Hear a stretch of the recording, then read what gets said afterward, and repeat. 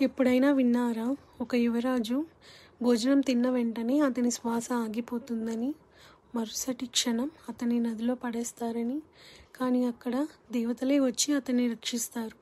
అవును, ఇది కథ కాదు, ఇది మహాభారతంలో జరిగిన నిజం. హస్తినాపురం రాజ్యంలో శిక్షణ రోజులు కొనసాగుతున్నాయి.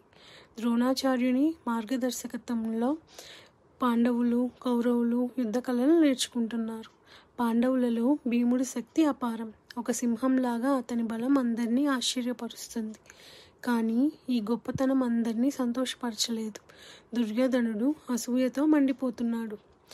ఒకరోజు శిక్షణలో భీముడు దుర్యోధనుని గదా యుద్ధంలో ఓడించాడు. ముగ్గురి ముందు దుర్యోధనుడు అవమానపడ్డాడు.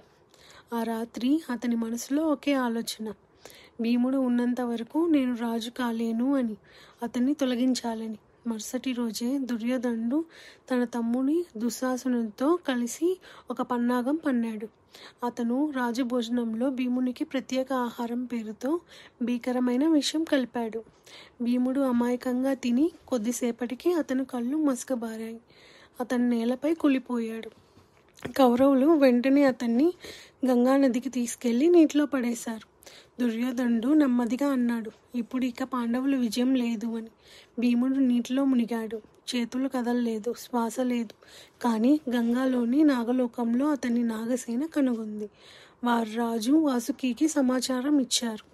వాసుకి ఆశ్చర్యపోయి అన్నాడు, ఇతను సామాన్యుడు కాదు, ఇతను వాయుదేవుడి కుమారుడు అని. అతనికి అమృతం ఇచ్చారు. ఆ అమృతం తాగిన భీముడు మెల్లగా కళ్ళు తెరిచాడు. కానీ ఆ అమృతం ప్రభావం ఏమిటి తెలుసా? భీముని బలం ఇప్పుడు 100 ఏనుగుల శక్తితో సమానం. కొన్ని రోజుల తర్వాత భీముడు తిరిగి హస్తినాపురానికి వచ్చాడు. అతన్ని చూసి రాజ్యమంతా ఆశ్చర్యపోయింది. దుర్యోధనుడు భయంతో వణికాడు. తన శత్రువుని చంపాలని ప్రయత్నించాడు. కానీ దేవుడు అతన్ని ఇంకా శక్తివంతుడిగా మార్చాడు. దీనివల్ల మనం తెలుసుకోవాల్సిన నీతి ఏంటంటే, చెడుతో చేసిన పని ఎప్పుడూ మంచిది కాదు. చివరికి దేవుడు మంచివారిని రక్షిస్తాడు. నిజం, ధర్మం, న్యాయం అపరిచితంగా కనిపించినా చివరిదాకా గెలుస్తాయి.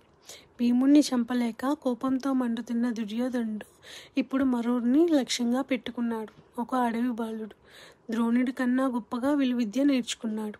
ఆ బాలుడు ఎవరో తెలుసా? తదుపరి ఎపిసోడ్లో తెలుసుకుందాం.